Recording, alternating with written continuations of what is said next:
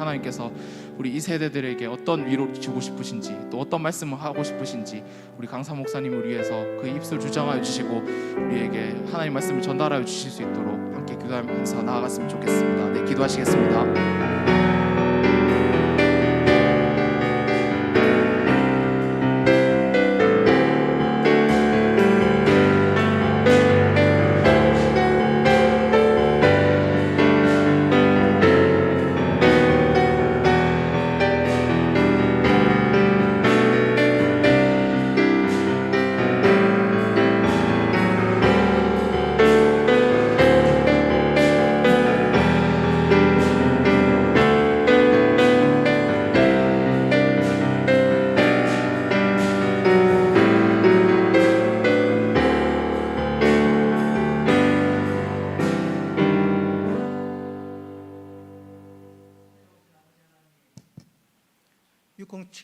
행복 콘서트 오늘 내 이틀 가질 수 있도록 은혜 베풀어 주신 것 감사합니다. 하나님께서 준비하신 말씀으로 우리에게 말씀하여 주시고 깨닫고 또 하나님의 사람으로 덧입어지는 저희들 되게 하여 주옵소서. 송 목사님 붙들어 주셔서 처음부터 끝까지 하나님께서 친히 함께하여 주옵소서. 또 이 시간 찬양으로 영광 돌리려고 합니다. 하나님 홀로 영광 받아 주옵소서. 예수님의 이름으로 기도드리옵나이다. 아멘. 이 시간에 허 장로님 특성으로 찬양 올리고 난 이후에 바로 이어서 말씀 전하도록 하겠습니다. 우리 6070에게 도전도 되고 또 찬양으로 하나님께 영광 돌리기 위해서 무려 한 달 동안 준비했습니다. 나오실 때 오늘 큰 환영과 격려의 박수 부탁드리겠습니다.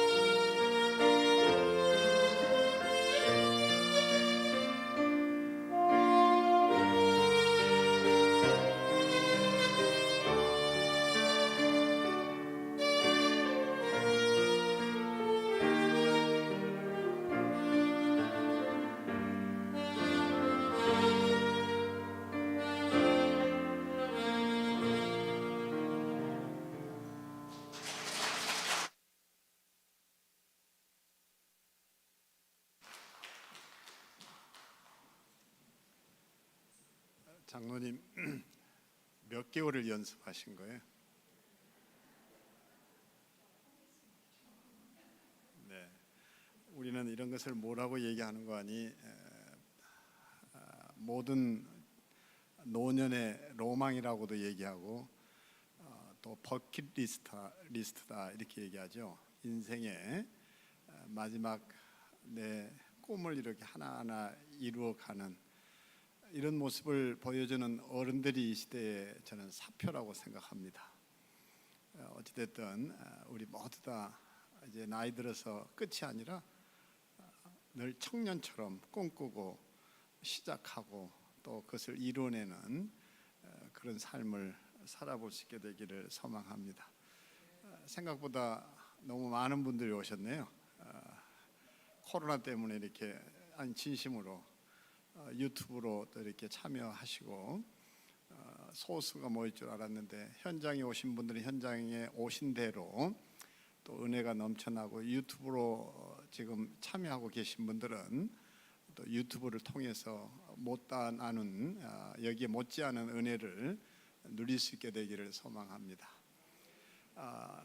이 시간 이제 두 번에 걸쳐서 하게 될 터인데 내일은 시대의 스승으로 죽음의 스승이 되었다고 하는 이어령 선생님의 죽음과 장래에 대한 얘기도 그리고 앞으로 우리가 펼쳐야 할 장래 문화도 좀 구체적으로 얘기를 해보고 오늘은 죽음에 대한 얘기를 해보도록 하겠습니다.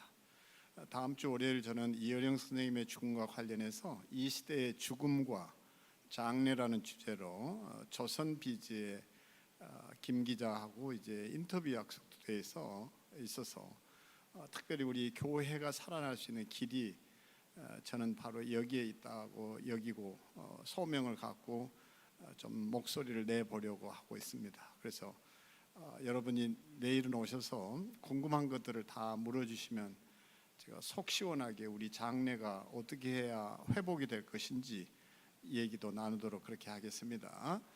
영상을 보면서 할 텐데 보이시죠? 네. 유엔 연령 분류 표준이라는 것은 실제로 유엔이 정한 것은 아닙니다. 그런데 유엔의 무게감 때문인지 이것이 엄청나게 사람들에게 알려져 가지고 진짜 유엔이 정한 건 줄 착각을 하는데 유엔이 정한 것은 아니나 우리에게 어찌됐든 유엔의 마음을 담아서 꿈을 주고 희망을 주는 게 아닌가 이렇게 생각을 해봅니다. 그래서 이 자리는 한 분도 안 계시죠? 17세까지를 미성년자다 이렇게 얘기하죠. 성년이 안 됐다 이제 이런 얘기죠. 그리고 18세에서 65세까지를 청년이라고 그럽니다. 65세 이하 손 한번 들어보십시오. 이분들이 다 청년들이지 본인이 뭐 늙었다 이 생각 안 할 수 있게 되기를 바랍니다. 그리고 65세에서 79세까지를 비로소 뭐라고 얘기하는가? 중년이라고 얘기합니다. 중년 말고 중년. 지금 이렇게 웃으신 분들은 사실 청년으로 불러줘도 됩니다. 유머를 이해할 수 있다. 자, 그러니까 분명한 것은 지금은 장수사회, 그래서 호모 헌드레드라 이렇게 얘기하죠. 호모 헌드레드다. 그러니까 100세 시대를 살고 있고 대표적인 인물이 김형석 교수이시죠. 102세인데도 왕성하게 강연 활동을 하고 있고 뿐만 아니라 정말 건강하게 살아가시죠. 80세부터 비로소 9세까지를 노년이라 그러죠. 근데 우리는 이를테면 할망구란 말도 그게 이게 할머니를 비하하는 말로 이해하지만 할망구가 나쁜 말 아니죠. 이제 망구라는 게 소망하다 할 때 망이고 구는 90세를 의미하기 때문에 망구하는 것은 90세를 바라보는 80대 할머니를 뭐라고 얘기하는 거 아니? 할망구라 이렇게 얘기합니다. 근데 그 말이 나왔을 때 왜 그러면 할방구는 없냐 그런데 여성의 평균 수명이 남성보다 길어요. 그러니까 이제 오래된 나이에 여전히 90까지 바라보는 그런 어르신을 공경하는 말이 뭔가 하니 할망구였지 할망구는 아주 꼰대를 얘기하는 그런 게 아니었습니다. 우리가 그 언어를 연구해 가면 참 재미난 것들이 많다는 거 알고 계시죠? 이를테면 개판 5분 전이다 이 말도 우리가 말하는 아수라장이다, 그래서 이런 뜻이 아니고, 아시는 대로 6.25 전란 때 또 아니면 피난민 시절에 국제시장 같으면 부산에 밥을 이렇게 요즘 밥퍼처럼 나눠 주었습니다. 근데 이제 밥을 퍼주기에 앞서서 이제 뭔가니 빨리 판을 펴라, 10개 우리가 상판 이렇게 해서 판을 펼쳐라, 밥 논아줄 시간이다 해서 밥을 열어주기 앞서 5분 전 시간이다라는 게 개판 5분 전이다.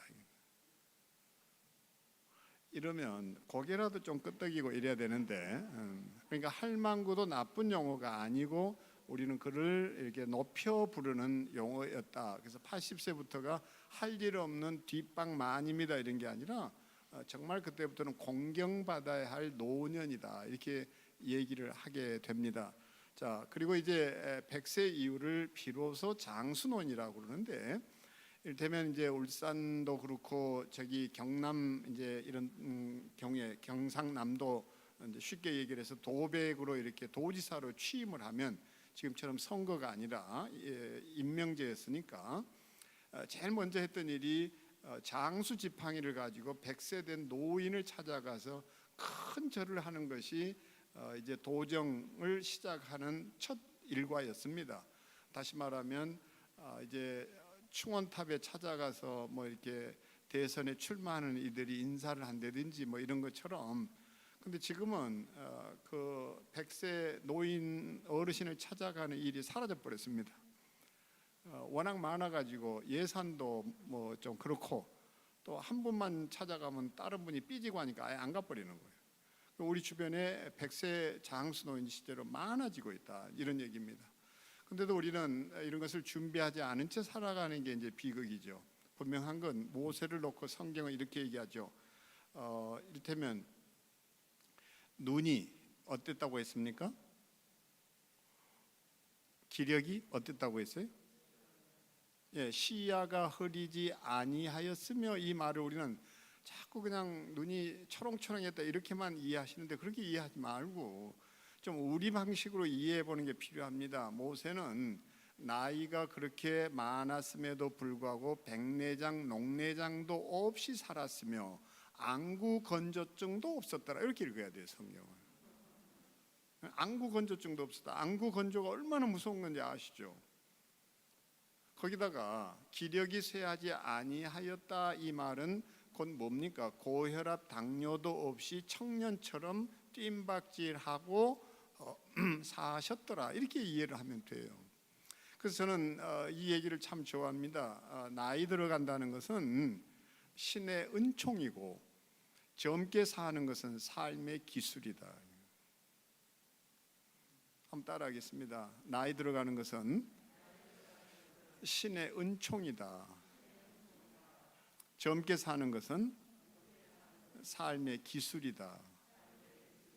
그러니까 나이 들어가는 것은 우리에게 정말 하나님의 은총을 머리에 가득 이고 사는 존귀한 사람이에요. 그리고 어떻습니까? 그러면서 여전히 젊게 산다라는 것은 삶의 기술이에요. 우리는 신의 은총을 누리면서 삶의 기술을 익혀 사는 그런 균형 잡힌 사람들이 되기를 소망합니다. 아멘. 자, 그래서 타임즈는 커버 스토리에서 지금 태어나는 아이들이 몇 세까지 살 거냐 할 때 보시는 대로 142세까지 산다 이렇게 얘기합니다. 실제로 사실입니다. 네. 이게 다 예측이 되죠.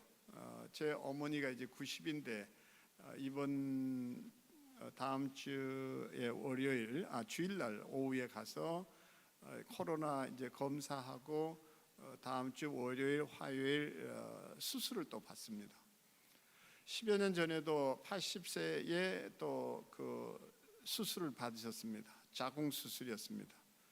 저도 의과대학에 있었고 의사는 아니지만 어찌됐든 이게 80대 노인에게 몸에 칼을 대는 것은 상상할 수 없는 일입니다. 수술이 어렵다가 아니라 합병증이 무서워서요. 그러니까 그냥 이 소화제 같은 거 주고 그냥 나이 드시면 좀 그렇게 힘든 겁니다. 위로해주고 요거 드시면 괜찮을 겁니다 하는데 다 소화제예요. 응? 그거 아시잖아요.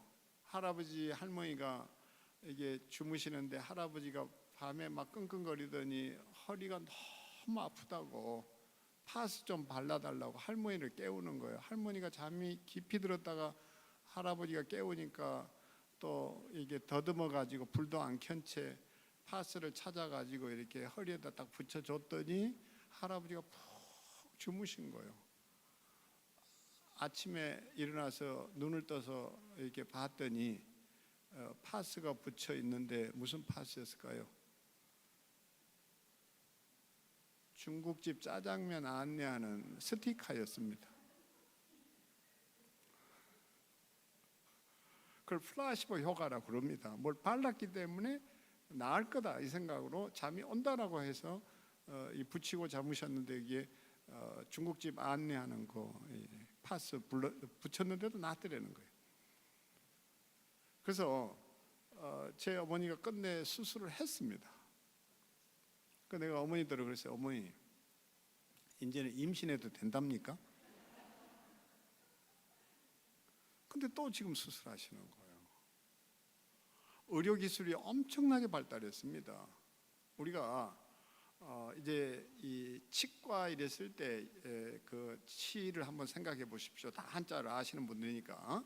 또 나이라고 하지 않고 연세라고 하지도 않고 연령 그러죠. 연령 할 때 그 영자를 가만 보세요. 치과의 치에다가 명령할 때 명령이 들어가서 나이는 치아의 명령이에요. 그래서 치아가 이게 복 중에 복이라고 그러지 않습니까? 그러니까 이전에 왜 수명이 짧았는 거 아니요? 치아 때문에 못 먹으니까 수명이 짧았습니다. 근데 지금은 임플란트 수술이라고 그래가지고 이를 왕창 뽑고도 임플란트로 이렇게 해서 결국 건강하게 식사를 하시니까 영양이 공급되니까 수명이 늘 수밖에 없어요. 물론 여기 엄청난 돈이 들어가긴 하지만요. 그래서 장수사회가 왔다라는 것을 실감하게 될 겁니다. 점점 저는 그러하리라고 보죠. 그래서 우리가 수명이라는 것을 기대 수명이 있고 건강 수명이 있고 평균 수명이 있다는 걸 아셔야죠. 기대 수명이라는 것은 나는 그냥 그냥 그렇게 오래 고생하며 살 거 없다. 80까지만 살고 싶다. 본인이 희망하는 그 수명이 기대 수명입니다. 그러나 건강이 따르지 못해서 70에 돌아가시면 그게 건강 수명인 거고 모든 사람들의 그 평균적인 나이를 계산하면 그것을 우리는 뭐라고 얘기하는 거 아니? 평균 수명이라고 그러는데 지금 한국의 평균 수명이 남성 여성이 조금 차이가 있는데 남성들은 80 후반으로 넘어섰고 여성들은 90에 육박했으니까 142세라는 것이 지금 태어나는 아이들의 세상으로는 분명히 맞는 얘기라고 여깁니다. 자, 한번 보십시오. 그렇지만 세월이 이렇게 또 빠르다는 건 알고 계신 거죠. 아무리 수명이 늘어나도요. 소리 좀 부탁합니다. 그러니까 산부인과 병동에서 애가 안 나오니까 힘을 주라고 의료진들이 얘기를 하는 순간 산모가 힘을 주자 아이가 튀어나오면서 탯줄이 끊겨가지고 병원 유리창을 깨고 공중으로 날아가면서 결국 영아가 유년, 소년, 청년, 장년 그리고는 노년이 돼가지고 이빨도 빠지고 처박히는 곳이 어디냐? 저게 공동묘지에 관에 확 처박히더라. 그러니까 우리가 신속히 날아가니 우리 인생이 신속히 날아가니 날아가는 인생이라는 거죠. 그리고 끝에 등장하는 게 이제 영어로 life is short 이렇게 life is short 인생은 짧다 이랬는데 삶은 짧다. 저는 삶은 그 계란인 줄 알았어요. 우리 서울역에 또 부산역에 여기 울산 통도사역 같은 역에 가면 옛날에 계란을 들고 삶은 계란이요, 삶은 계란이요 뭐 이랬지 않습니까? 그죠? 삶은 계란이다. 근데 이만큼 세월이 빠르다 이제 이런 것이고 신속히 날아가나이다. 그러니까 세월을 구하는 기도가 시편에는 참 많죠. 영상을 다시 한번 보겠습니다. Life is short. 인생 삶은 짧다라는 건데요. 소리가 나오지 않으면 테스트하겠습니다.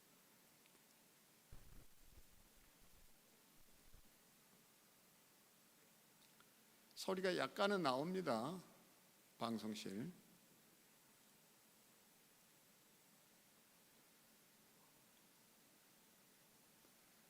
예, 소리 나오죠.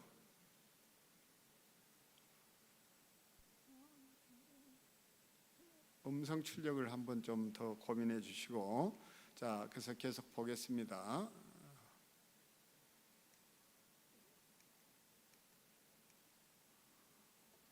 예, 우리 인생이 저렇게 멈추면 얼마나 좋겠어요, 그죠? 네.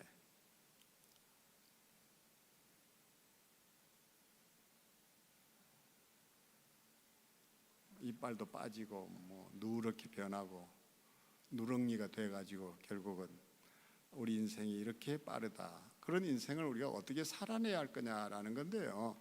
자, 그래서 보시는 대로 그 유명한 우리 뭡니까?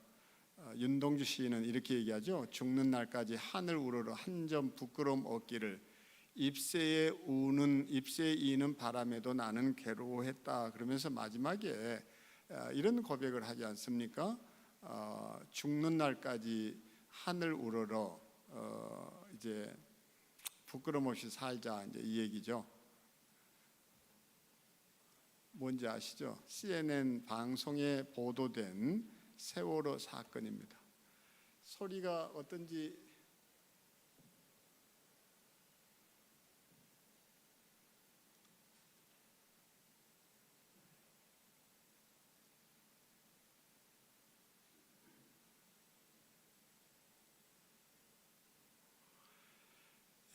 저벅저벅 그 발자국 소리, 자갈밭을 밟는 발소리, 그리고 그냥 아이 살려달라고 울부짖는 소리, 이게 전 세계 뉴스를 타지요. 네, 참 아픈 사건이죠.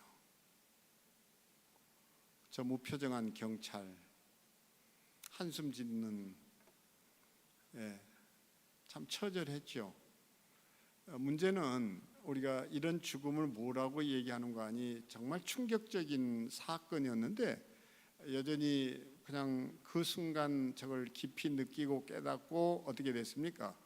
사실은 관련된 사람 외에는 또 다 잊어버려요. 그렇죠? 그래서 조금 공부를 하는 시간이니까 따라하겠습니다. 3인칭 죽음이다. 죽음에도 인칭 대명사가 있다고 하는데 이게 3인칭이에요. 3인칭 하면 그녀, 그들 이거죠. 그러니까 그들의 죽음이에요. 그러니까 남의 죽음이지 나하고 관계가 없는 거예요. 3인칭 죽음은 잠깐은 충격인데요. 거기에서 어떤 교훈도 얻지 못합니다. 그래서 죽음을 뭐로 바꿔야 된다고 얘기하는 거 아니, 2인칭 죽음으로도 안 된다는 거예요. 2인칭 죽음은 뭐죠? 2인칭은 you예요. 너, 당신, 이 소리죠. 그러니까 가까운 지인들이 세상을 떠납니다. 부모님을 잃게 됩니다. 자식을 떠나보내야 되고 남편이 눈을 감습니다. 우리는 이런 것을 2인칭 죽음이라고 그래요. 그러면 며칠이 아니라 정말 오랫동안 괴로워하죠. 그러나 여전히 우리는 어떻습니까? 떠나보내고도 살아야 되니까 장례식장에서 꾸역꾸역 밥을 떠넘깁니다. 이것을 우리는 뭐라고 얘기하는 거 아니? 2인칭의 죽음이라 그럽니다. 근데 죽음은 이렇게 타자화라고 해서 남의 것이 아니라 내 죽음이라고 여겨서 그 죽음이 1인칭이 될 때 비로소 우리는 삶을 제대로 살아낸다, 이렇게 얘기하죠. 그래서 우리가 죽음을 공부해야 될 이유가 이런 거죠. 어둠을 알아야 빛이 얼마나 소중한지를 알지 않습니까? 마찬가지입니다. 저게 지옥 같다, 그걸 알아야 천국을 우리가 소망하는 거고요. 그리고 잘 아시는 대로 우리 인생이 정말 어떻습니까? 죽음이 뭔지를 철두철미하게 깨닫는 사람이 인생을 올곧게 살죠. 그래서 이제 어르신들이니까 어르신들의 예화를 좀 써보자면, 맹모 삼천지교라는 것이 맹자의 엄마가 아이 교육을 위해서 좋은 학군을 쫓아다녔다 이렇게 얘기하시면 안 돼요. 큰일 날 소리예요. 맹자의 엄마의 그 사고 하나가 있었는데 그게 뭔가 하니 서당에 가기 전에 선행학습이 필요했다고 여겼던 거예요. 그러니까 맹자의 엄마가 교육 철학자하고 교육 공학자였어요. 요새 얘기로 하면. 그러니까 죽음이 뭔지를 알지 못하면 무슨 공부를 해도 그게 헛 공부를 한다 이거였습니다. 그래서 아이를 데리고 간 것이 장의업자 집 앞에서 그 죽음을 보게 했던 것입니다. 이걸 요새 말로 얘기하면요, 미국 같으면 이제 영어를 쓰면 갭 이어라고 그래가지고 예를 들어서 대학에 입학하기 전에 반드시 미국 아이들은 6개월이면 6개월, 1년이면 1년 봉사를 하게 합니다. 겨우 그제 수능고사 SAT라고 그러는데 미국은 그거 쳐가지고 좋은 점수 받아서 대학 가서 막 졸업 해가지고 사회에 좋은 일꾼 될 수 없다는 걸 알아요. 독일 같은 경우도 우리나라처럼 박사학위 젊은 사람한테 절대 안 줍니다. 적어도 석사 박사를 하려고 하면요, 학사를 따고 나서 몇 년간 세상에서 뒹굴고 와야 공부를 제대로 한다라는 거예요. 학위가 다릅니다. 근데 우리는 뭐 그냥 최연소 그럼 너무 나이를 가지고 사람을 평가하거든요. 그러니까 맹자 엄마의 핵심은 뭔가 하니 죽음을 제대로 알아야만 얘가 공부를 정신 차려서 제대로 할 거다 이거였어요. 그게 끝난 다음에 또 데리고 간 것이 뭔가 하니 시장통이었습니다. 시장통은 어떤 곳입니까?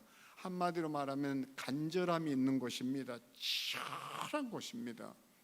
제가 우리 집에 두 아이를 미국에서 이제 공부를 시켰고 두 아이가 방학이라고 해서 왔는데 또 마침 제 아내 생일이어가지고 어디 가서 무슨 밥을 어떻게 먹을 거냐 의논을 해오는데 아이들 생각에는 분명히 호텔에 가서 뷔페를 한다든지 무슨 전문 식당을 찾아가는 걸 원했겠죠. 근데 제 제안은 노량진 수산시장, 그것도 새벽시장 가자고 그랬습니다.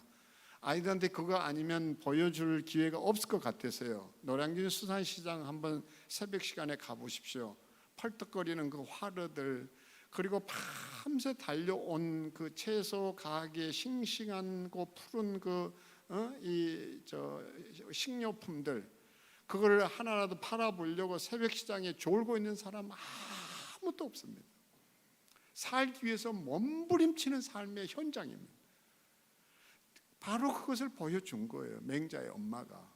그리고 나서 너 선행학습이 끝났으니까 이제 사랑 공부해도 되겠다고 서당으로 데려간 거예요. 근데 우리는 자꾸 이것을 우리식으로 해석을 해가지고 이 좋은 학군을 쫓아다녔다고 하는데 전혀 아닙니다. 선행학습으로 우리가 풀이할 수 있어요. 그래서 마찬가지입니다. 우리가 죽음을 안다라는 것이 왜 그렇게 소중한가 하는 것입니다. 어떻게 준비가 됐나요?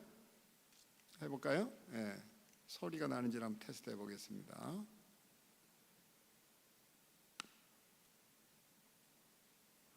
그러면요, 방송실 부탁 하나 드릴게요. 여기 들리세요? 그냥 소리 그거 코드를 빼고 작은 스피커를 갖다가 거기 꽂아서 거기에서 나오는 소리를 그냥 좀 이렇게 어설프더라도 들려주는 게 낫지 않을까요? 그죠? 거기에서 그 음향 라인 있죠? 음향 라인 빼면 소리가 나오나요? 목사님?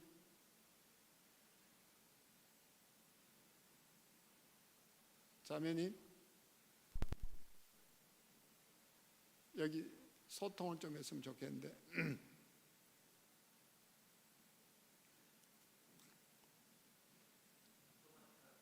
네?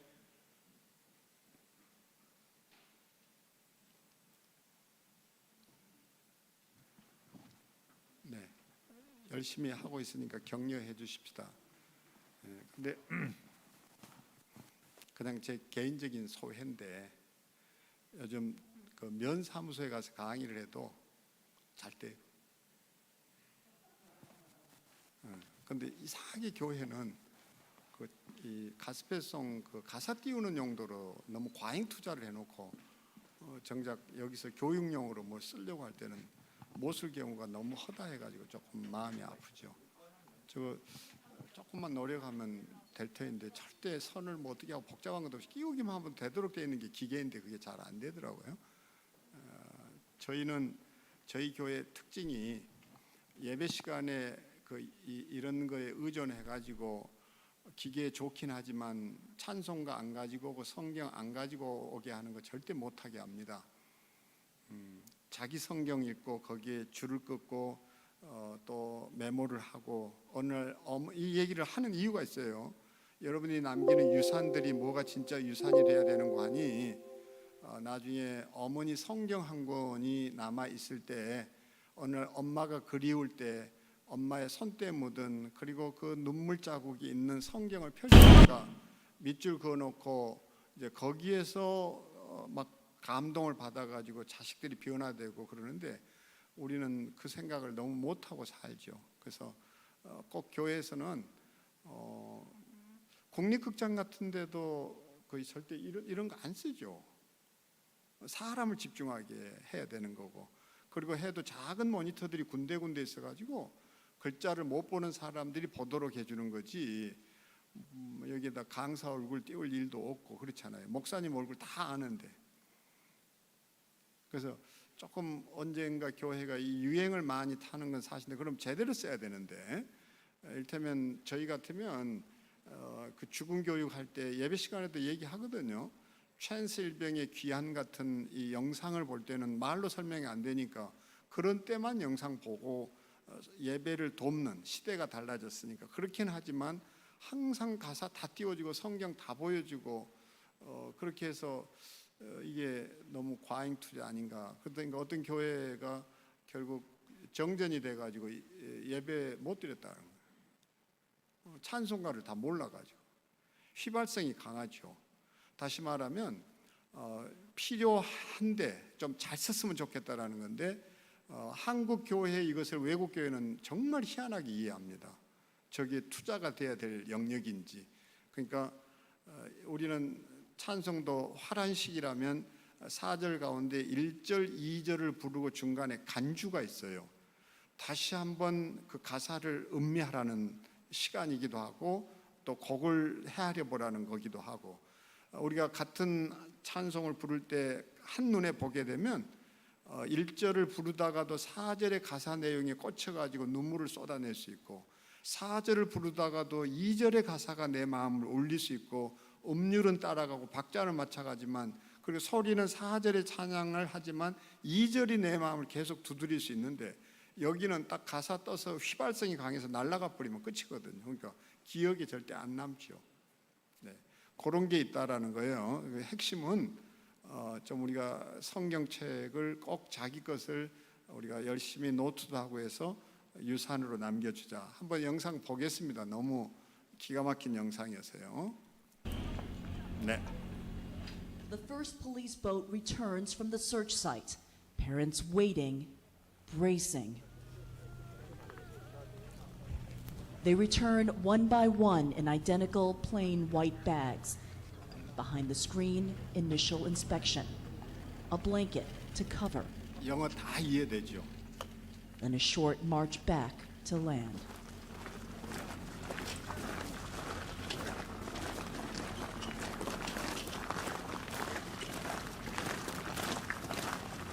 Parents rush to the white tents to identify their children. You must have said, "Daddy, save me," weeps this father.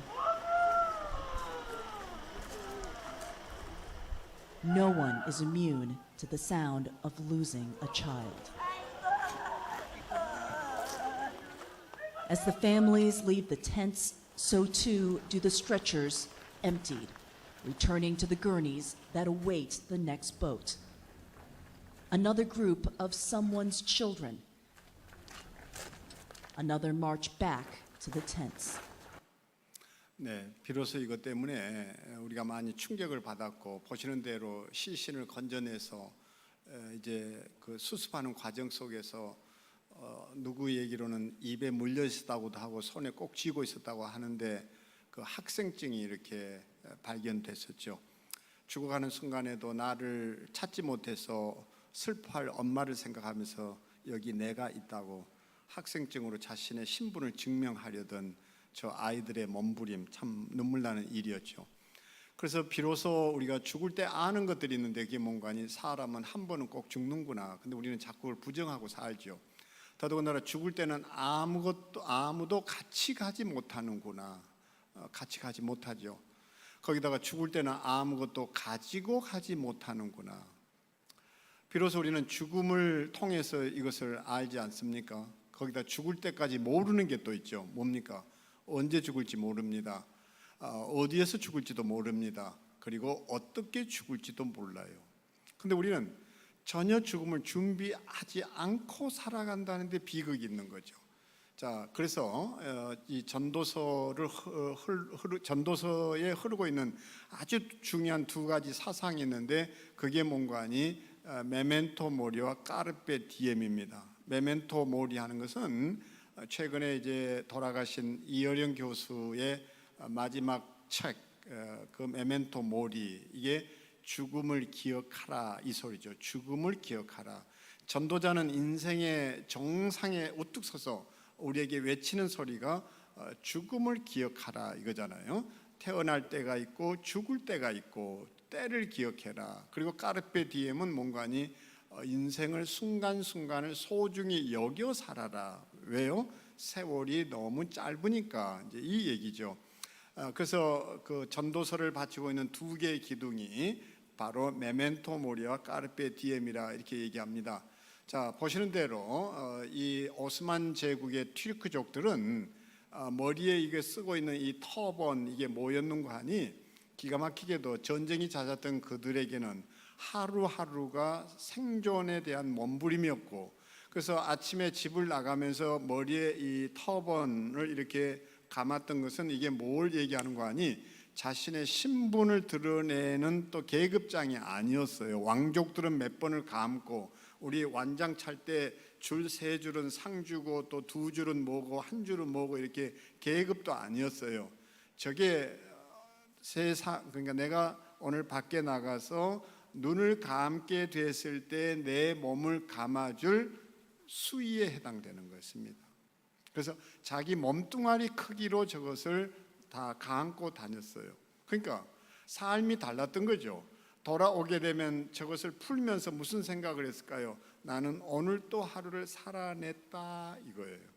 그러니까 군대에서 그 우리 전쟁통에 군인들이 죽으면 수의 갈아입힐까요? 갈아입히지 않을까요? 이 무식한 질문인데 미안하지만 군인들은 수의가 없습니다. 그러니까 군복 자체가 뭔가 아니 수의인 것이고 이 군번줄을 왜 차고 다니느냐는 건데 결국 전쟁통에 총을 맞아 쓰러집니다. 피 흘립니다. 그러면 아무리 동료라도 그를 바로 구출해서 나와야 할 때가 있고 포기해야 될 때가 있습니다. 안 그러면 아군이 몰살당하니까요.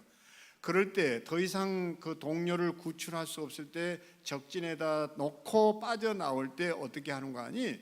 군번줄을 뽑습니다. 그렇게 해서 앞니에다 끼우고 턱을 괜 다음에 군홧발로 그 턱을 차버립니다.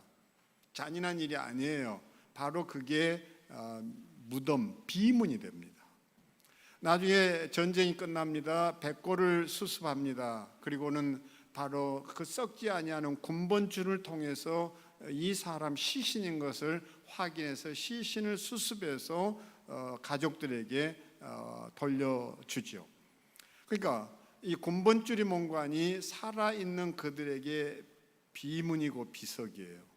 그리고 군복이 뭔가니 수의죠. 이게 군인 정신입니다. 근데 2년이면 2년 군대를 다녀오면서도 군복에 대해서 하나도 배우지 않고 의미도 모른 채 살아오니까 사람들이 죽음 공부를 못하는 거예요.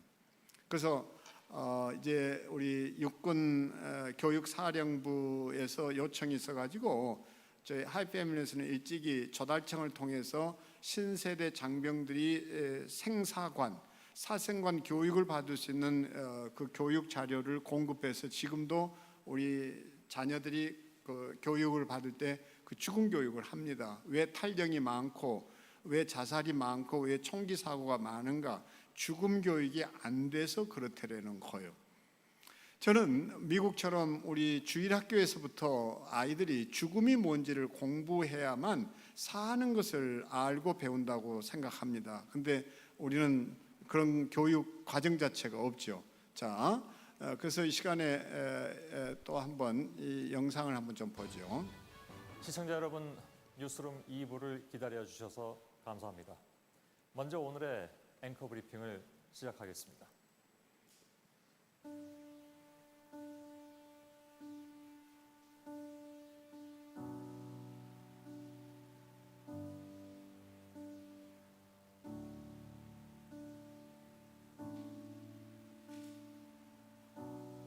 Say something, I'm giving up on you.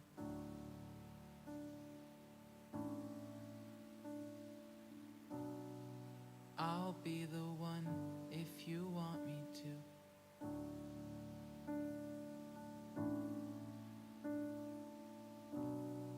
Anywhere I would have followed you.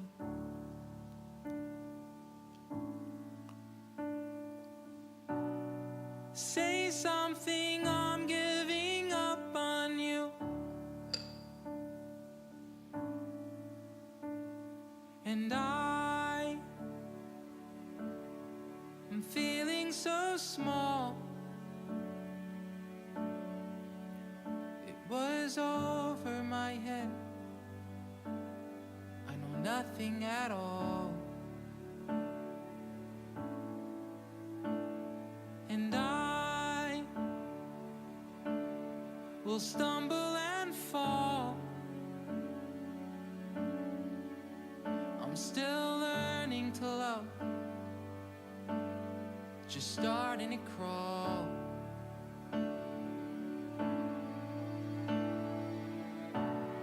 Say something, I'm giving up on you.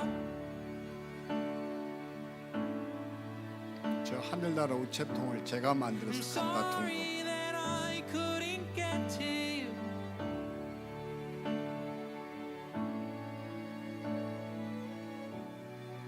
Anywhere I would have followed you. 지겹다는 말을 하지 마세요. 자식이 어떻게 지겨울 수 있습니까? 그러니까 남의 죽음이니까 지겨운 거죠. 정말 내 우리의 죽음이다 연민은 정오의 생각한다면 그림자처럼 짧고 분명히 다를 우리의 거다. 수치심은 자정의 그림자처럼 길다. 시인 진은영 씨는 오늘 우리의 모습을 이렇게 표현하고 있습니다. 세월호 참사 6개월, 어둠이 내린 진도 팽목항엔 오늘도 바람이 불고 있습니다. I'm saying goodbye. 네. 어찌됐든 우리 이제 보시는 대로 이것은 위험사회라고 그래서 보시는 대로 해방적 파국이란 말을 이제 썼는데 울리백이라고 이것이 의미하는 것은 이런 것입니다. 프레임 리샤핑 이렇게 해서 탈바꿈 효과라고 그러는데 내가 원치 않는 일과 사건을 통해서 얻게 되는 삶의 새로운 그 소득, 교훈, 가치 뭐 이런 정도로 이해하면 좋겠습니다. 그러니까 세월호를 누구도 기대하거나 원하는 건 아닌데 그런 사건과 사고를 통해서 우리가 얻어냈던 삶의 특별한 지혜와 깨달음이 있었다 이런 거죠. 그걸 탈바꿈 효과다. 우리 생각이 뒤집혀지면서 새로운 진리를 터득하게 됐다. 이렇게 이해하시면 되겠습니다. 그래서 이 세월호 사건으로 엄마들의 다짐, 결코 세월호 선장 같은 사람으로 키우지 않겠다. 명문대 고집하던 나를 반성했다. 판검사 엄마 되는 것보다 기본이 된 아이 키우는 것이 중요하다는 것을 알게 됐다. 학원 과외 끊었다. 그리고는 그때뿐이었습니다. 결국은 또 우리는 되돌이표인 거예요. 보시는 대로 가족의 소중함을 세상 깨달아 귀가를 서두르고 꼭 안아주고 그렇잖아요. 그 슬픔 속에서 레미제라블이라는 것에 이런 엄청난 얘기 하나가 소개됐죠. 서로 사랑하는 것이 주님의 얼굴을 배움는 것이라고 말입니다. 그래서 우리 모두 이 죽음의 소중함을 잠시 깨닫는 듯 했다가 또 잊어버리고 바쁘게 옛날로 되돌아갔고 그런 우리에게 찾아온 것이 보시는 대로 여기 바로 우리가 정말로 고통스럽게 받아들이고 있는 이 코로나 팬데믹입니다. 근데 저 바이러스가 현미경으로 찍었을 때 저렇게 아름다운 것인 줄도 몰랐죠. 그렇잖아요. 그리고 저게 크라운인 것을 아시죠? 모양이 왕관. 어쩌면 저게 우리에게 고통을 주지만 잘 이겨내고 나면 우리 모두 대관식을 하게 되지 않을까 이런 생각을 해보고, 저는 그런 점에서 코로나가 우리에게 깨우쳐 주는 것이 있는데 그 첫 번째가 뭔가 하니 바로 이런 거라고 여깁니다. 비로소 우리는 죽음이 무엇인지 또 한 번 깨닫고 알게 됐다라는 겁니다. 죽음이 무엇인지를. 그리고 사람을 이렇게 작별도 없이 떠나보낸다는 것이 얼마나 슬픈 일인지도 알게 됐습니다. 그렇죠? 그래서 지금은 보시는 대로 화장을 하는 것이 시간이 걸려가지고 3일장이 아니라 5일장, 6일장, 7일장 이렇게 해서 원정 출산처럼 원정 화장을 하러 떠나야 되고 시신을 끌고, 거기다가 어떻습니까? 화장 대란이 일어났고 장례 난민들이 생겨나서 우리가 난민들로 결국 떠돌게 되고, 회사에서 3일 휴가는 받았는데 이미 그 시간은 다 지나가 버리고 시신 처리도 못 해가지고 월차를 꺼내 써야 되고 또 짜증을 내게 되고, 참 우리가 장래가 이제 어떻게 변해버렸습니까? 엉망이 돼버린 이런 상황입니다. 그런 점에서 우리 크리스천들이라도 정말 제대로 죽음이 무엇인지를 이해하고 준비된 사람으로 살아내는 것이 우리의 합당한 삶이 아닌가 생각을 해봅니다. 자, 그래서 여기 이제 영국을 떠나 미국으로 항해를 하던 여객선 한 척이 있었습니다. 대서양의 한복판에서 예기치 않던 풍랑을 만나게 되죠. 모든 승객들이 살아보기 위해서 몸부림을 칩니다. 어떤 이는 무릎 꿇어 간절히 눈물 뿌리며 기도하는 이도 있고, 어떤 이들은 막 우왕좌왕 이제 절망하고 땅을 치고 탄식하는 이들도 있고, 그런 상황 속에서 보시는 대로 한 중년 부인은 너무너무 평온한 표정으로 고요히 있는 거예요. 이들의 소원이 간절해서였던지 결국은 풍랑은 조용해졌고 배는 무사히 항구에 도착하게 됐습니다. 승객들이 악몽을 떨쳐버리기라도 하듯이 재빨리 자신의 발걸음을 재촉하고 있을 때 이 중년 부인의 행동을 의아스럽게 여긴 한 사람이 다가가 묻지요. 부인께서는 어떻게 그 난리통에도 그렇게 평온할 수 있었단 말입니까? 이 부인이 기가 막힌 얘기를 합니다. 저는 둘째 딸을 잃었습니다. 제 둘째 딸은 지금 주님의 품 안에 안겨 안식하고 있습니다. 만약 풍랑이 우리를 덮치게 된다면 저는 둘째 딸의 곁에 가 있게 될 것입니다. 만약 풍랑이 우리를 비껴가 준다면 저는 원래 목적을 따라 보스턴에 살고 있는 큰 딸의 곁에 가 있게 될 것입니다. 내가 이래도 저래도 딸의 곁에 있게 될 터인데 무엇이 두렵단 말입니까? 내가 이래도 저래도 딸의 곁에 있게 될 터인데 무엇이 두렵단 말입니까? 우리는 이것을 뭐라고 얘기하는 거 아니? 사생관이라 그럽니다. 사생관. 그러니까 살고 죽는 것에 대한 분명한 개념을 가진 사람의 삶은 이토록 고요할 수밖에 없다라는 거 아니에요? 그래서 먼저 좀 얘기를 드리자면요, 다른 거 없습니다. 내가 어떻게 죽느냐도 실력이에요. 죽음이 실력입니다. 근데 내가 눈 감게 됐을 때 내 손을 붙잡아 줄 가족이 있고, 가족의 손을 붙잡고 고요히 병원에서가 아니라 정말 집안에서 자녀들이 보는 가운데 죽음을 죽을 수 있다면 그게 뭔가 아니요, 행복한 죽음이에요. 근데 우리는 병원으로 쫓아갑니다. 그리고 거기 어떻습니까? 의료진들의 장막에 갇혀가지고 접근도 못한 채 눈을 감고 나서야 허겁지겁 달려가서 이제 난리를 치잖아요. 이번에 이어령 선생님을 죽음의 스승이라고 얘기하는 것은 항암 치료를 때가 돼서는 거부했습니다. 그리고 소원하는 거 있었어요. 병원에서 눈을 감지 않고 집에서 눈을 감고 싶다. 그리고 그 손주들과 이게 줌으로 이렇게 작별 인사까지 나누고 고요하게 가족들 보는 가운데 눈을 감았잖아요. 그걸 우리는 뭐라고 얘기하는 거 아니? 행복한 죽음이라고 그래요. 그렇잖아요? 그리고 두 번째 할 수 있는 얘기는, 사람이 이제 시신을 운구할 때, 죽었을 때 사람은 3번 죽는다고 그러잖아요. 심정지 상태에서 심장이 멎고 눈을 감았을 때가 첫 번째 죽음입니다. 두 번째 죽음은 무엇이 두 번째 죽음인 거 아니? 그의 시신이 관에 들어가서 땅에 묻힐 때 그걸 두 번째 죽음이라고 그럽니다. 세 번째 죽음이 있습니다. 세 번째 죽음은 모든 사람의 기억에서 사라질 때예요. 그때 묘지를 찾아오는 이도 없게 되죠. 그러니까 3대를 지나지 않아서 우리 모두는 잊혀집니다. 이게 세 번째 죽음이고 마지막 죽음이라고 그래요. 그래서 첫 번째 죽음에 내가 눈을 감을 때 내 손 붙잡아 줄 가족이 있다면 그는 행복한 인생을 산 것. 내가 두 번째 죽음을 맞이하기도 했을 때, 다시 말하면 시신을 운구할 때 내 시신을 운구해 줄 4명의 친구 구해놓고 죽으면 그게 성공한 인생입니다. 여러분은 성공했습니까? 근데 아무도 그 생각 안 해요. 내 주머니 돈 털어 가려고 다가와서 아양 떨고 별짓한 사람들은 많습니다. 근데 말없이 내가 죽었을 때 가장 먼저 달려와서 끝까지 중간에 먹튀하지 않고 조의금 10만 원, 5만 원 내고 튀지 않고 그냥 3일을 지켜주고 내 시신을 운구해 줄 4명의 친구 얻어놓고 죽으면 그게 성공한 인생이에요. 존귀한 인생이 있습니다. 존귀한 인생은 뭐가 존귀한 건 줄 아세요? 다른 거 아니에요. 높은 자리에 올랐다고 존귀한 게 아니라 내가 사람들의 기억에서 사라지기까지 내 무덤 찾아와서 눈물 흘려줄 사람이 있으면 그게 존귀한 사람이에요. 무덤 가족 외에는 안 찾아가요. 근데 가족이 아닌데도 불구하고 나의 간절한 도움을 입었거나 내 영향, 그래서 나를 정말 존경하는 사람이 찾아갈 수 있는 것이 뭐예요? 그게 존귀한 삶을 살아낸 존귀한 인생이에요. 부모님 묘소도 안 찾아가요. 근데 어떻습니까?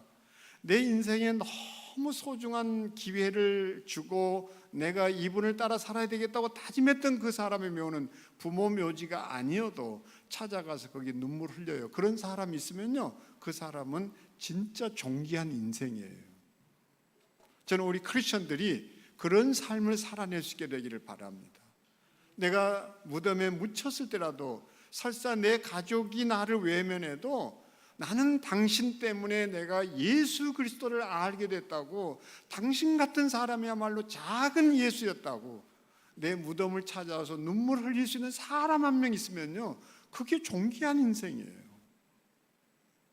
우리가 이런 다짐을 했을 때 우리는 죽음도 신의 은총인 것을 알게 되고 삶의 기술을 살아낼 수 있는 거죠. 그러면 좋은 죽음이란 뭘까 이랬을 때 첫째는 이겁니다. 당하는 죽음에서 맞이하는 죽음으로. 이거 우리 다 외울 수 있기를 바랍니다. 다 같이 따라하겠습니다. 당하는 죽음에서 맞이하는 죽음으로. 그러니까 우리 여기 6070 세대는 이 목표를 가져야 됩니다. 자, 교회에서 그래서 정말 쓰지 말아야 될 용어가, 지난번에는 제가 4050 세대를 놓고 할 때는 폐경기란 말 쓰지 말자 이랬는데, 여기 또 우리 용어 하나 바꿔야 될 게 있는데요. 오늘 김모 집사님 상 당했습니다. 당했단 말 좀 강대상에서 절대 쓰지 않기를 바랍니다. 그러니까 의철학이라고 있습니다. 의철학에 사는 얘기는 이거예요. 감기 걸렸다, 병 들었다, 이 모든 용어들이 재수 없다는 용어, 다시 말하면 공격당했다, 침범당했다라는 의미로 이해되기 때문에 이렇게 쓰려는 거예요. 병을 알았다, 앓게 됐다, 알게 됐다, 이 소리예요. 알았다, knowing. 그러니까 내 신체의 어느 한 부위가 아픈 것을 알게 된 거지, 재수 없이 회전근 파열 당했다 이렇게 하면 안 된다는 거예요.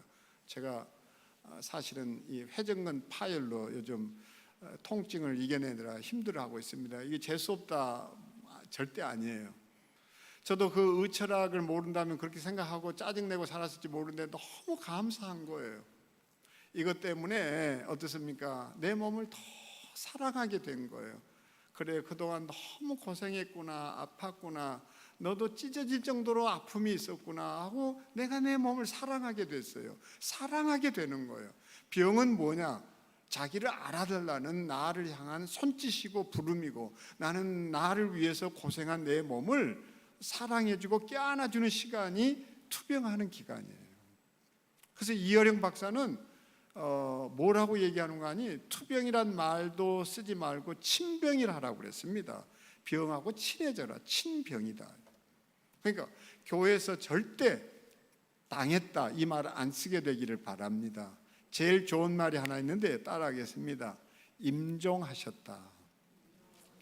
임금할 때 그 임 이렇게 이해하시면 되겠고, 종 끝을, 그러니까 끝을 다스렸다 이거예요. 끝을 다스렸다. 임종하셨다. 그리고 제일 좋은 거는 그분 돌아가셨다. 어디로요? 본향으로 돌아가셨다. 이게 중요합니다.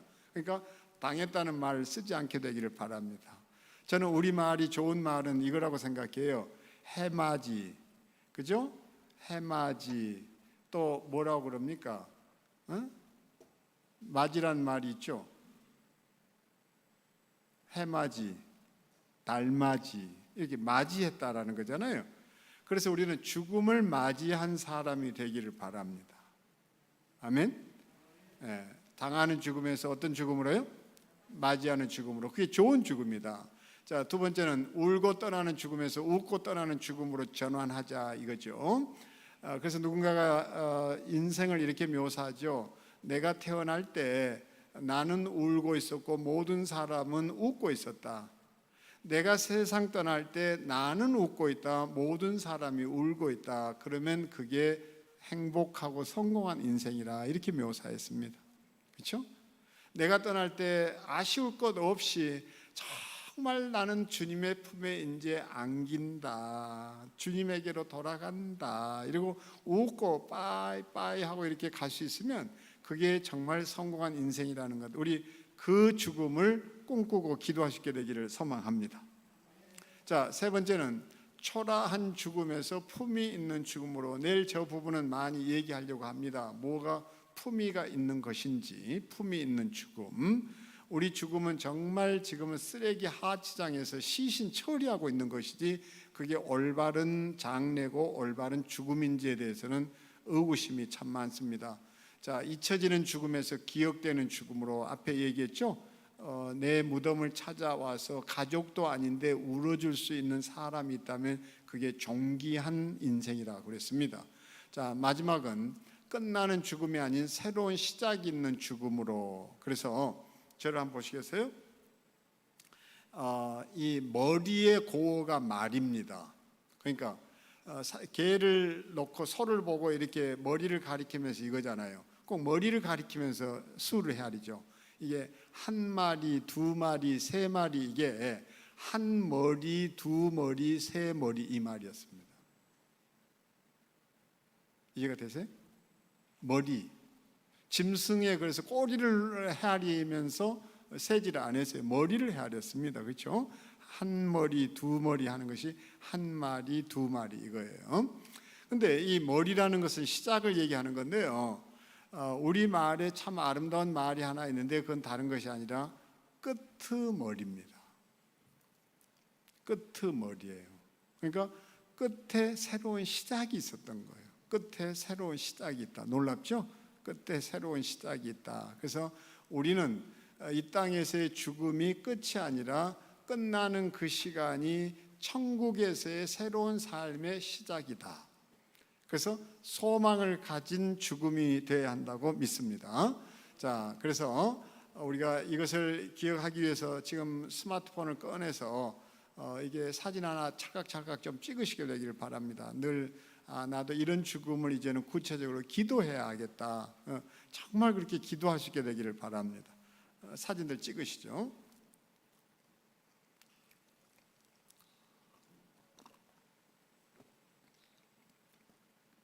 그러니까 이 영상하고 스마트폰은 이럴 때 쓰라고 있는 거예요. 이해되셨죠? 교회에서 더 이제 많이 활용하시게 되기를 바랍니다. 자, 못 찍으신 분들은 또 이렇게 공유도 해주시고 이런 걸 찍어가지고 저는 전도도 할 수 있다고 생각합니다. 이웃들에게 우리 어제 이런 세미나 했는데 기똥 찼어, 죽여주더라 이렇게. 그 뭐냐 할 때 그걸 계기로 해서 얘기도 하고 내가 몇 줄 보내면서 언젠가 도움이 필요하면 얘기해, 내가 도와줄게. 이게 전도지. 그렇지 않아요? 다 관심 있는 거잖아요. 좀 그렇게 살아볼 수 있게 되기를 바랍니다. 자, 그래서 이것이 오늘 이제 첫 수업의 목표이면서 이 얘기로 이제 좀 들어가 보겠습니다. 1000명의 이제 그 임종하는 환자들을 놓고 일본의 한 의사가 인터뷰를 했습니다. 그리고 죽을 때 후회하는 25가지를 책으로 표현했는데 그 내용을 정리하면 이렇습니다.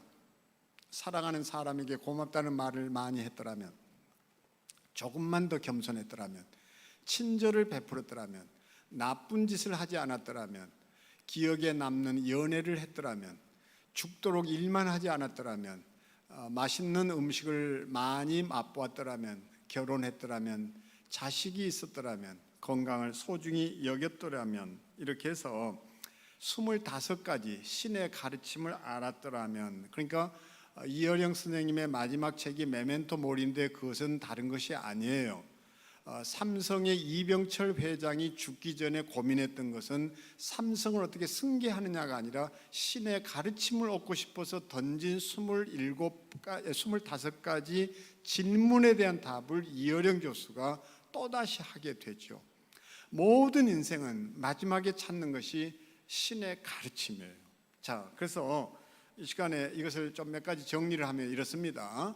사랑하는 사람에게 고맙다는 말을 많이 했더라면, 자, 저는 지금까지 살면서 그렇게 제 나름 자부심을 갖는 건 명예를 탐해 본 일은 별로 없습니다. 그러니까 제가 학회를 만들면서도 학회장을 제가 만들면서도 남을 세우고 저는 뒤따라서 학회장을 하고, 늘 누군가를 앞세우고 저는 뒤따라 섬기는 것을 좋아했습니다. 그렇긴 했어도 제가 SFC 전국위원장도 했고 또 뭐 가르치는 일도 해봤고 할 일 다 했는데요.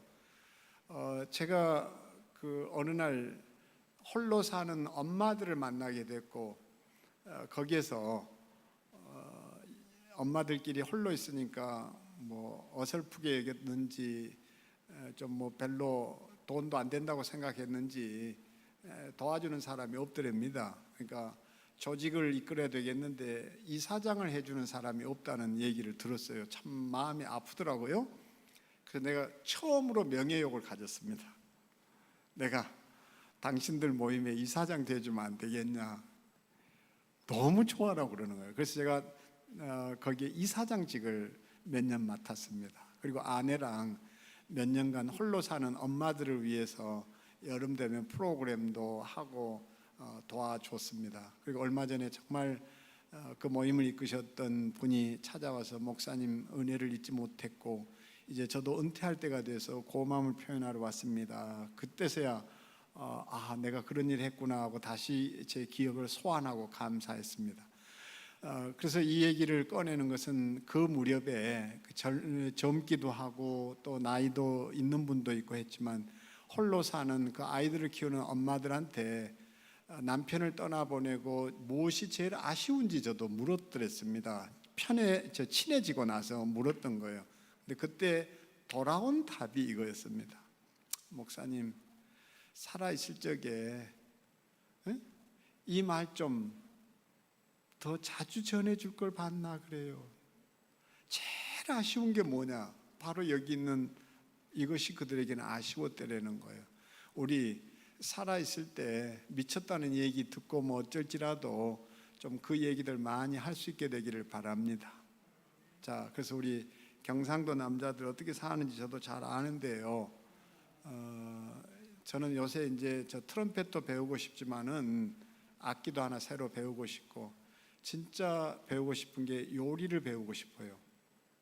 요리 배워서 아내가 아팠을 때 정말 내가 차려준 밥상의 아내가 좀 기력을 회복할 수 있게 되기를 소망하고 있습니다.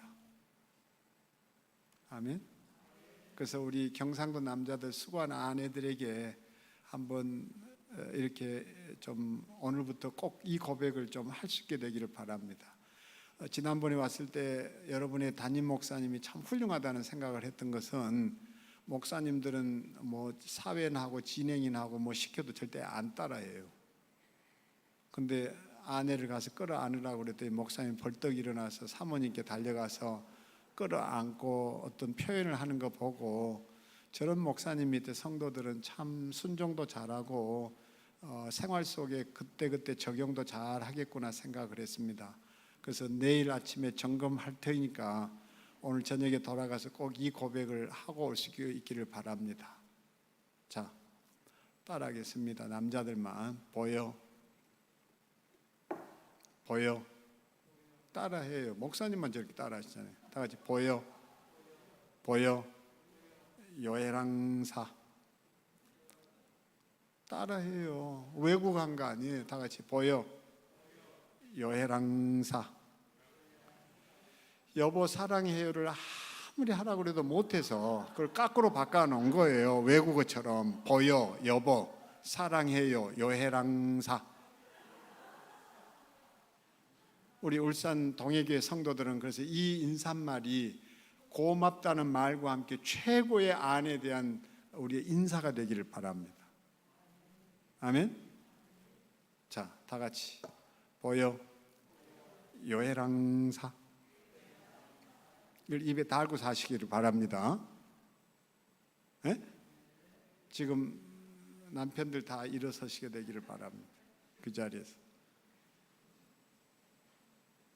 그리고 다가가지 말고 몸만 트세요. 부인을 있는 쪽을 향해서 몸을 트시고, 예, 그리고 다 같이 보여 요해랑사. 누가 그랬습니까? 박수 한번 쳐드리겠습니다. 예, 예. 앉으십시오. 꼭 그렇게 좀 우리 사랑하는 사람에게 사랑한다는 말과 함께 고맙다는 말을 더 많이 할 수 있게 되기를 바랍니다. 그게 후회 없는 인생 사는 거예요. 진짜 하고 싶은 일을 했더라면 아시는 대로 사람이 하고 싶은 일을 하게 되면 해야 할 일을 못 합니다.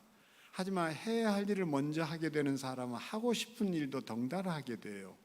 우리 진짜 내가 해야 할 일이 무엇인지 그것을 놓치지 말고 찾아서 꼭 완성할 수 있게 되기를 바랍니다. 남의 눈치 보고 남 보기 좋은 일 말고 내가 하고 싶은 일을 할 수 있게 되기를 바라고, 이어령 선생님은 마지막에 그 얘기를 많이 합니다. 자기 문의로 살아내라. 남 눈치 보고 살지 마라. 쫄지 말아라. 그냥 너 하고 싶은 대로 너만의 삶을 살아내라 그랬습니다. 그동안 우리는 시집살이에 시어머니 눈치에 그냥 누구누구 눈치 보고 그렇게 살아왔는데 그런 거 없이 이제는 정말 내 방식에 주님이 기뻐하시는 일 당당하게 해낼 수 있게 되기를 바랍니다. 조금만 더 겸손했더라면. 그래서 정채봉 시인의 시가 떠오르죠. 뭡니까? 다른 거 없잖아요. 산문시인데 이 세탁소에 들어온 신참 옷걸이한테 고참 옷걸이가 계속해서 하는 얘기, 너 옷걸이라는 거 잊지 말고 살아라. 너 옷걸이라는 거 잊지 말고 살아라. 하도 그 얘기를 자주 반복하니까 왜 그 얘기를 그렇게 해야 되냐고 물었을 때 고참 옷걸이가 해주는 인생 충고.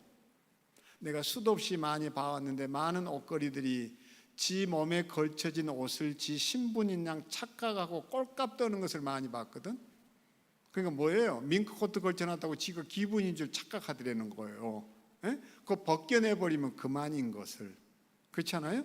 그래서 우리 다른 어떤 것보다 좀 겸손하고 겸손함으로 살아내자는 건데, 오늘 아침에 이제 그 SRT를 타고 오는 가운데 신문을 이렇게 봤더니 신문에 겸손에 대한 아주 좋은 정의를 보게 됐습니다. 여기 이런 얘기를 하나 했더라고요. 제가 찾아서 좀 소개하겠습니다. 이런 것들은 좀 적어 놓는 것도 참 좋을 거란 생각을 합니다.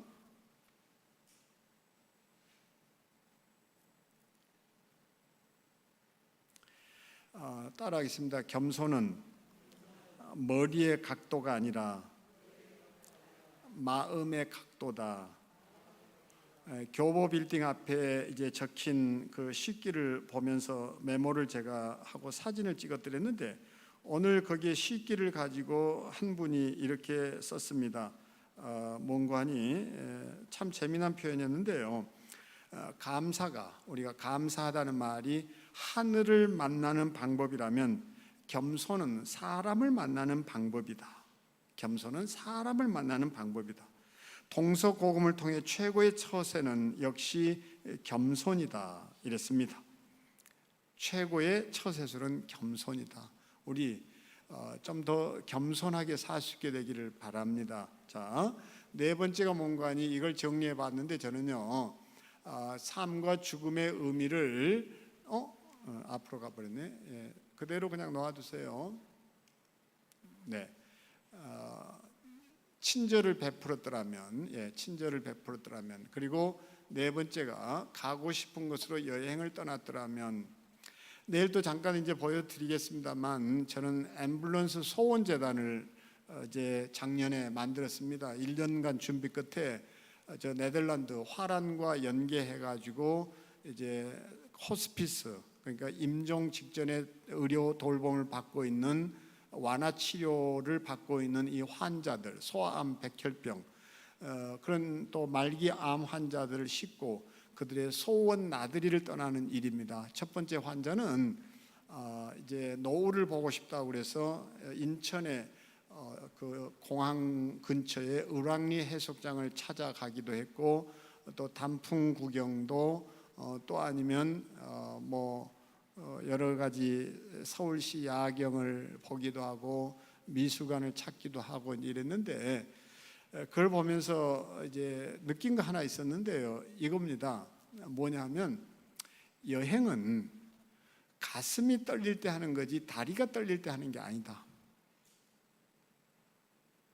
이 수준 높은 얘기를 이해하시겠어요?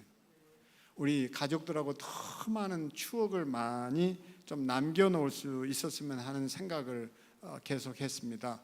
자, 유산을 미리 염두에 두었더라면, 내 장례식을 생각했더라면, 그러니까 이제 무하마드 알리도 이제 자기 죽음 장례식을 설계를 해놓고 가죠.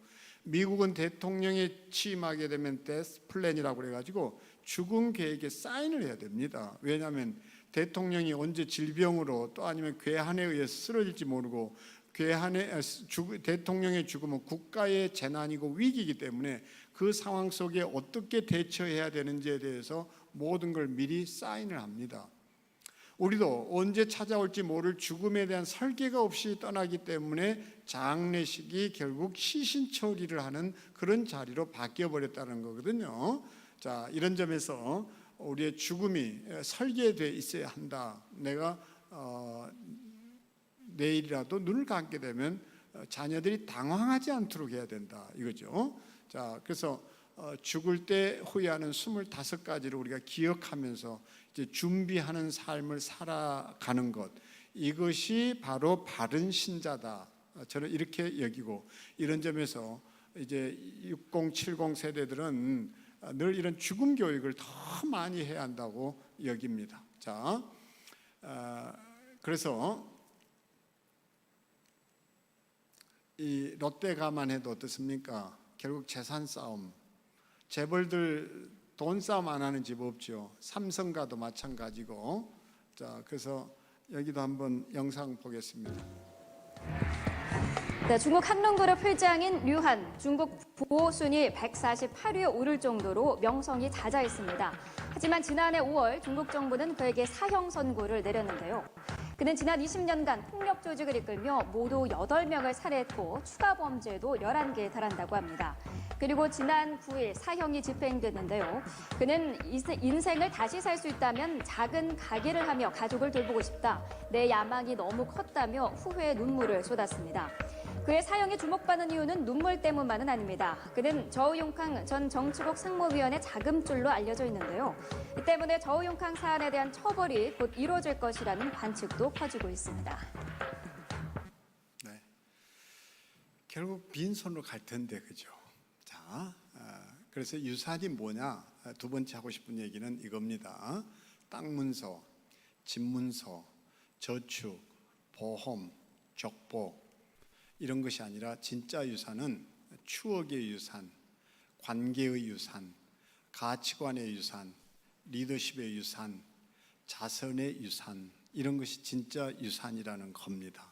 우리는 자꾸 땅 문서, 집 문서 뭐 이런 거 남겨놓고 가는 거라고 하도 가난하게 살아가지고 이 생각들을 하는데 진짜 유산은 내가 어떤 추억을 남겨놓고 가냐, 또 어떤 관계를 남겨놓고 가냐, 어떤 가치관을 내가 남겨놓고 가냐, 어떤 리더십이냐, 이게 진정한 유산 중에 유산이라는 겁니다.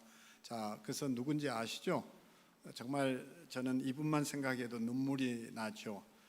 고 옥하는 목사님입니다. 영화를 보고는 많이 울었습니다.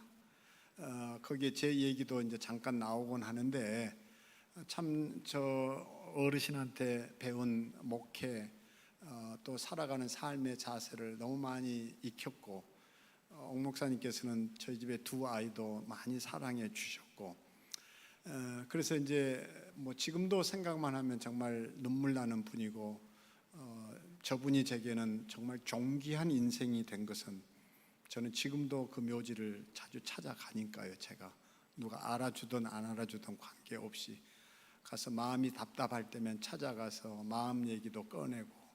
자, 장례식이 치러지던 날이었습니다. 여기 보시는 대로 여러분이 보시는 쪽에서 오른쪽은 장남 그리고 사모님 둘째 셋째 이제 이렇죠. 여기에 저기 그 둘째 아드님이 저희가 워싱턴 거기 버지니아에 그 살 때 같은 교회 출석을 하고 또 거기서 이게 저 뭐라고 할까 그 이 옥 목사님에게는 손녀딸 편지 심부름도 제가 하고 이래서 그냥 뭐 깊이 사귀지는 않았다 할지라도 그 성품이나 이런 것도 잘 알죠. 어찌됐든 이제 첫째 아들이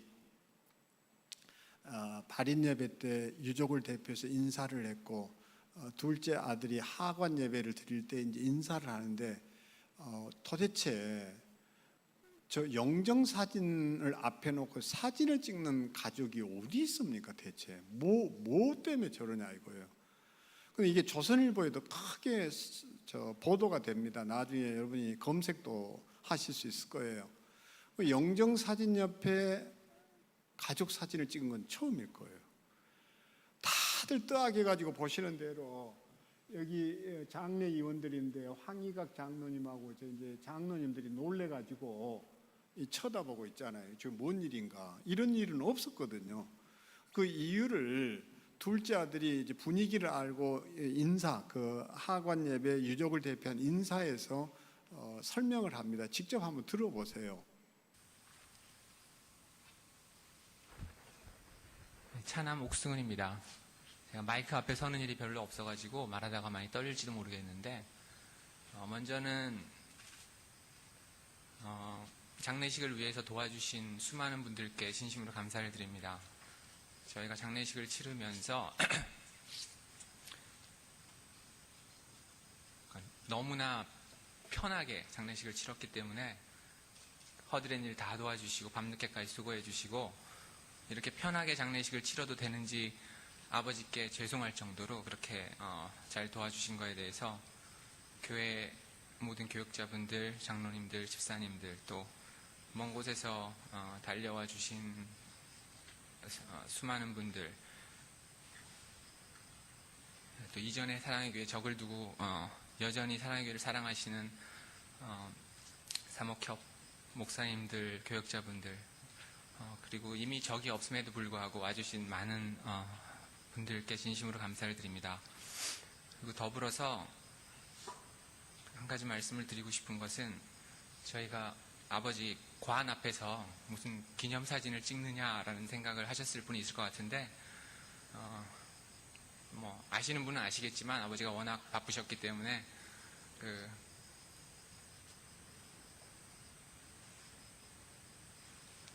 오기 매해서 말을 못 잇죠. 죄송합니다.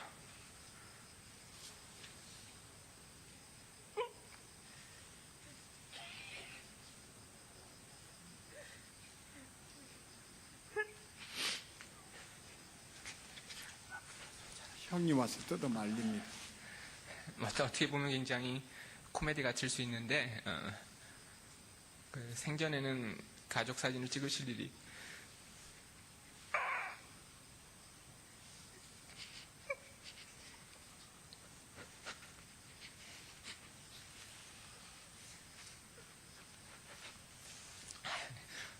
거듭 죄송합니다. 별로 없으셨기 때문에 저희가 돌아가신 후에라도 가족 사진을 이렇게 찍었던 것 양해해 주시고 일단 맞은 말씀 좀 드리고요. 예.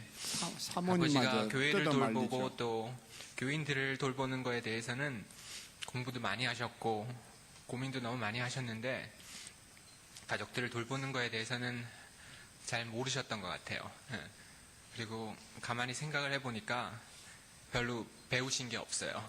공부를 안 하셨기 때문에. 그래서 저도 모르셔서 못 하셨기 때문에 그건 괜찮은 거라고 양해하기로 했습니다. 그러니까 그런 면에서 제가 여러분 많은 목사님들께 한마디 드리고 싶은 것은 신학책 10권 보시고 나서 또 가정에 대한 책도 한 권씩 봐주셨으면 좋겠어요. 그래서 사모님들도 산후 우울증 걸릴 수 있고 목사님들도 자녀들이 사춘기에 어떤 갈등들과 어려운 시절을 거치는지 좀 아시고 잘 도와주실 수 있었으면 좋겠습니다. 그래서 모든 목사님 각 가정들이 행복하고 정말 함께 기뻐할 수 있는 그런 가정들이 되기를 간절히 바랍니다. 감사합니다. 네. 예, 내일은 저 완장은 왜 차야 되는지 이런 것도 얘기를 좀 할게요. 예, 자, 생각 없이 이제 보시는데 어찌됐든 저렇게 유학을 떠나시기 전날인지 전전날인지 어떻든 저런 사진 몇 장 외에는 그때야 스마트폰도 없었고 당연히 사진 찍는 기회가 없었다는 거죠. 그래서 왜 옥 목사님이 나중에 몸이 아프시고 할 때 카메라에 그렇게 빠져가지고 또 사진을 찍으셨는지 어쩌면 그런 것에 대한 아쉬움이 본인도 있었지 않을까 하는 생각을 지난 겨울 해봤습니다. 난 아빠에게 카메라를 선물했었다. 자긴 이제 프로 작가라며 여기저기 찍어대는 바람에 가족들은 날 원망했다. 고3 용현이는 특히나 아빠가 자기를 찍는 걸 싫어했다. 엄마는 몰래 찍지 말라며 김장하던 손으로 카메라를 만져버렸고 3시간 동안 아빠는 방에서 나오지 않았다. 새로운 렌즈를 샀다며 몰래 찾아온 아빠가 정말로 부끄러웠다. 하지만 아빠의 사진은 생각보다 참신하고 귀엽고 아련했다.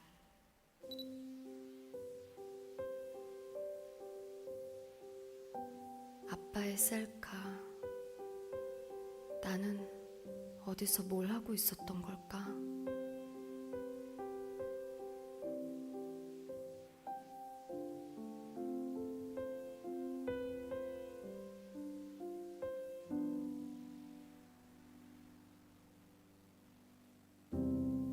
그렇게 우리가 전부였던 아빠.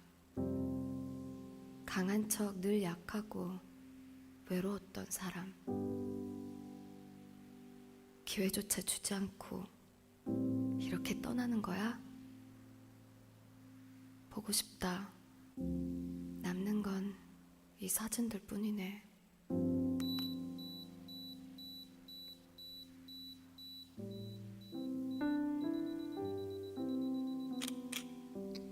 물론 한 카메라 회사의 광고 영상이긴 해도 우리 모두 정말 후회 없는 그런 인생을 위해서 이런 좋은 추억의 유산을 꼭 남기고 떠날 수 있게 되기를 바랍니다. 자, 그래서 이 시간에는 이 얘기하고 이제 이거 하나, 우리 모두 죽음의 기술을 배우고파 이 자리에 앉았습니다. 다른 누구가 아니라 우리 서로에게 부끄럼 없는 인생 살게 하옵시고 죽음을 생각하며 성질 덜 내고 꼬라지 덜 부리고 고집 덜 피우고 양보하며 아끼며 긍휼히 여기며 그렇게 해서 겸손하게 살아보게 해 주옵소서. 손에 손을 마주 잡고 이 시간 유튜브를 통해서 참여하는 가족들이나 이곳에 있는 모든 분들이 한결같이 죽음을 알고 바르게 살아내는 저희 되게 해 주옵소서. 함께 해주시는 우리 주 예수 그리스도 이름으로 기도하옵나이다. 아멘. 마치겠습니다.